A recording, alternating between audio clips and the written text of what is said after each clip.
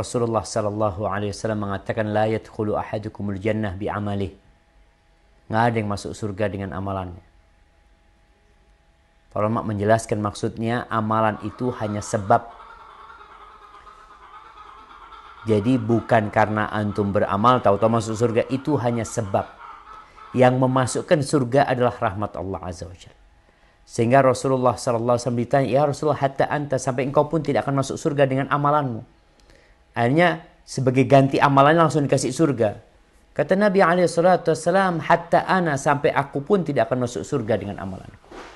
Illa an yataghammadani Allahu bi rahmatih." Kecuali Allah meliputin aku dengan rahmatnya.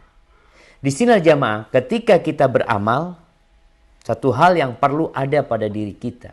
Kita ini sedang mengharap Allah merahmatin kita. Jadi bukan seperti orang yang bekerja, kemudian di akhir hari ngatakan, "Mana gaji anak? Anak mau pulang nih udah." Bukan seperti itu. Kenapa bukan seperti itu? Karena sejatinya kita bekerja itu dengan fasilitas yang Allah berikan. Jadi kalau bicara bagaimana kita hidup sekarang ini, kita bisa bernafas, itu fasilitas dari Allah. Yang ngasih paru-paru sama kita Allah Azza wa Jalla. Yang ngasih fasilitas kaki, tangan, kita bisa sholat mengatakan Allahu Akbar, Allah yang kasih. Kemudian yang kasih rezeki kami sama kita juga Allah Jalla Jalaluh. Sehingga nggak pantas, nggak sepantasnya kita akhirnya sepanjang hari kerja lalu di akhir mengatakan, "Bos, mana bos? Apa gaji anak bos? Anak udah kerja seharian." Lalu bosnya mengatakan, "Engkau apa yang kau kerjakan?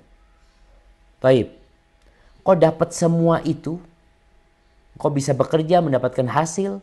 Siapa yang ngasih semua barang-barang bahannya?" "Ya engkau bos," kata dia.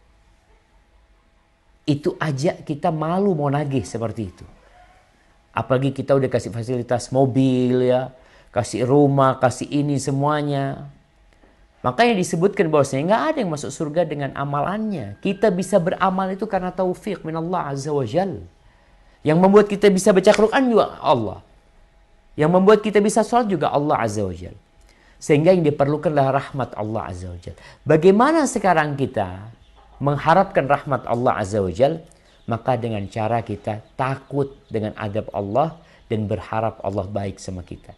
Jadi bukan sok-sokan, makanya dilarang ujub dengan amalannya. Kenapa nggak diterima amalan dari orang yang ria?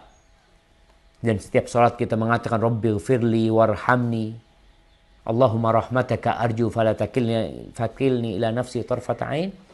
Maka usaha untuk mendapatkan rahmat Allah itu yang membuat kita tidak ujub, tidak bangga dengan amalan kita. Kita bersyukur kepada Allah karena kita bisa beramal juga Allah yang memberikan taufik bimbingan kepada kita jemaah. Jadi jangan sampai karena antum merasa, ada dulu orang di Jember ini mengatakan, "Saya ini sudah siap mati Pak Ustaz.